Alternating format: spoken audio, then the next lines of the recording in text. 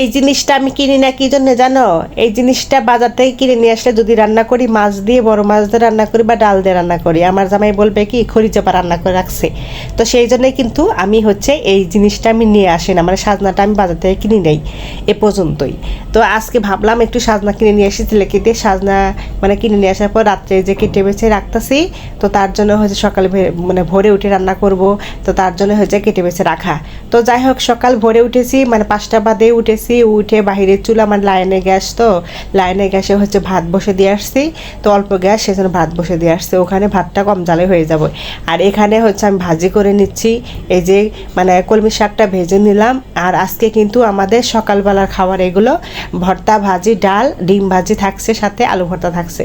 তো যাই হোক এই যে ভাতটাও হয়ে গেছে ওইদিকে, এরপর হচ্ছে ডালটা বসে দিয়ে, মানে ডালের সাথে আমি আলু সিদ্ধ দিয়ে আসছি, যেহেতু গ্যাস কম তার জন্য মানে ডাল সিদ্ধর ভিতরে আমি আলু সিদ্ধ দিছি।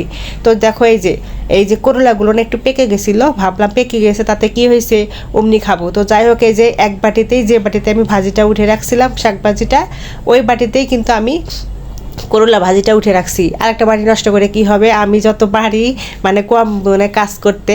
তো যাই হোক, আর ভীম সাবানে যাতে কম খরচ হয় তার জন্য কিন্তু এক বাটিতে আমি দুই শাকই একসাথে রাখছি।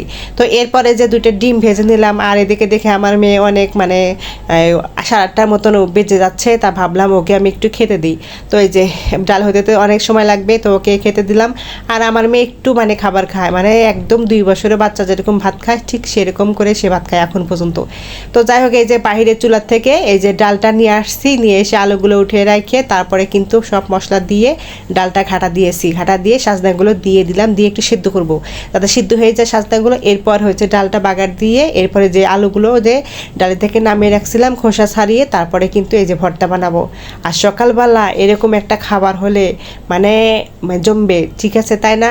তো যাই হোক এই যে দেখো আমি আলু ভর্তাটা বানিয়ে নিচ্ছি। আমি আলু ভর্তাতে হচ্ছে মানে ঝাল কম খাই আমরা সবাই, যেহেতু আমার পোলাপানি খাবে তার জন্য কিন্তু আমি আলু ভর্তাতে ঝাল কম দিয়ে খাই।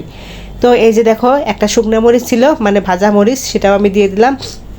আর এই যে দেখো কত সুন্দর করে সাজিয়ে গুছিয়ে নিচ্ছি খাবারটা। আবার বুড়িয়া যদি দেখে যে আমি এইভাবে সাজিয়ে গুছিয়ে নিয়ে খাইতে বসছি, সে মনে মনে ভাববে আমাকে কখনো এইভাবে সাজিয়ে গুছিয়ে দেয় নাই সকালবেলা খাবার।